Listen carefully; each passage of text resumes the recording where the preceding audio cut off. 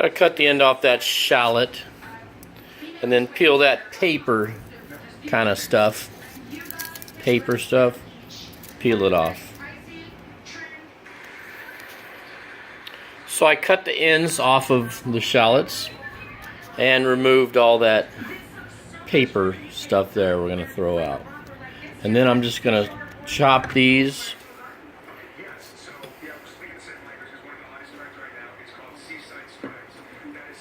Boom, boom, boom, boom, boom, boom, boom, boom. As thin as I can, because that's going to help me when I go to dice them up or mince them up. Slice these babies super thin so that I can take this chopper here and just rock it back and forth on it and make them really super small. By the time they cook, no one will know they're in there. Here's the good news, having said and done all that, a shallot is just an onion. And if you don't feel like doing all this work, which you're just learning how to cook, you probably don't, you can buy a chopped up onion at Walmart, like basically a whole onion, chopped up for $2. It's in the salad section. Minced. See the little paring knife here? Small. Super small. Mincing something, the technique's the same whether you got a curved Sanku knife or a straight long knife. Basically, you're just gonna bam, bam, bam, bam, bam, bam. Keep pushing it towards the center. If it starts to push off the edge here, then start at the edge and push towards the center. And do that again on the other side. Push towards the center. Maybe turn the knife, go the other way. Go the other way until you get them really super small.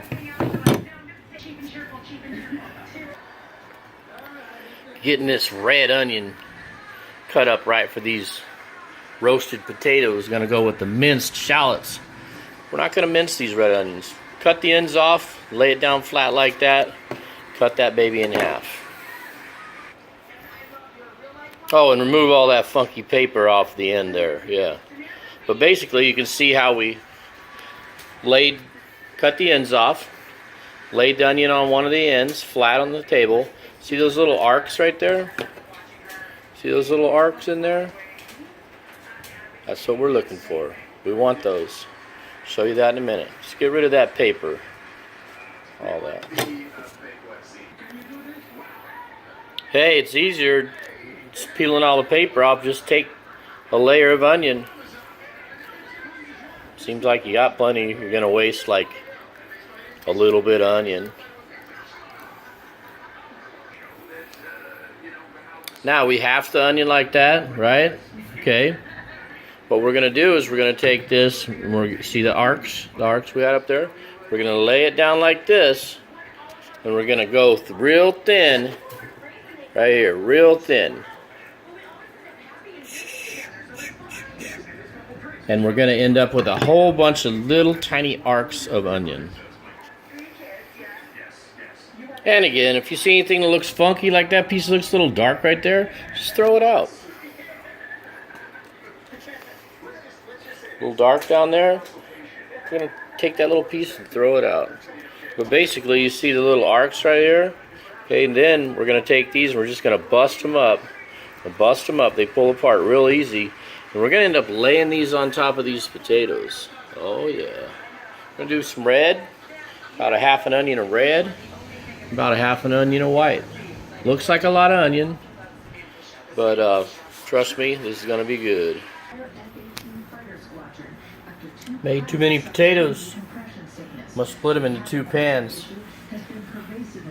Got some black pepper, some red peppers, slap your mama. Got some minced garlic. You can buy that in a jar and you don't have to mince it. Less work for you. Olive oil. Got some mustard. Stone ground or coarse mustard is what the recipe calls for. Tiny little splash of white wine vinegar. I got some cilantro and some basil. You can buy these little cups in Walmart. Handy. So we sprinkled 2 peppers on. The garlic, basically a couple spoonfuls. The mustard, about a spoonful. The white wine vinegar, just a tiny splash. They're calling it like a tablespoon. And then, you know, just a pinch of the basil and the cilantro. You can see it's not heavy on there. All that spice is great. You don't have to do any of that except the olive oil,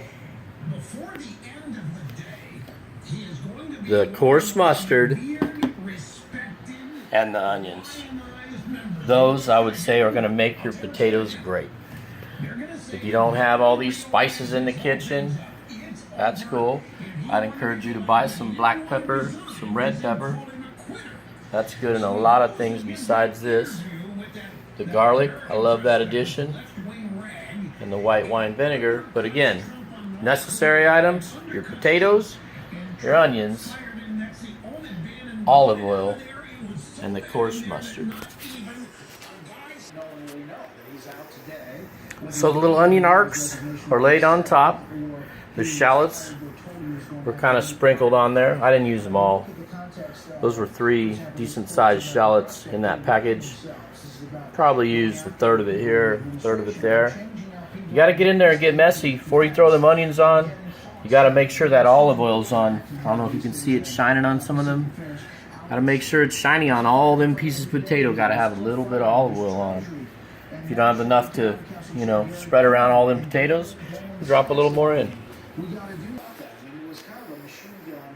We're going to bake these at 450 for 45 minutes. But every 15 minutes, that's twice, we're going to pull them out. We're going to flip them over with a spatula. So twice we're going to flip them over to help them get crispy more evenly. So I had to tweak the time on these a little bit because they stuck. 450 for 45 minutes was definitely too much. So what I did, they were at 450, I went 15, I flipped them. Then I went 10 and flipped them, and 10 and flipped them. So the total time was only 35 minutes at 450. I'd say they'd be even better at 425 for like 40 minutes. But this is alright. It's okay. You see if they stuck like that to the pan, just kind of scrape them off the bottom when you're done. Some of that crusty stuff's really good. You're looking for a good crust on those potatoes. But that was just a little too much heat for too much time right there. Hopefully the potatoes are done. We're going to find out right now. Grab the biggest one. Blow on it, it's hot. The biggest one's done. They're all done. Right now I'm going to add cheddar cheese and parmesan cheese. Actually, what I had in the fridge was a little cheddar and pepper jack blend. And I had some Parmesan, Romano, and Asiago blend. Just a little bit on top of there. And I don't know what to say. Except maybe enjoy. And these taters is dope.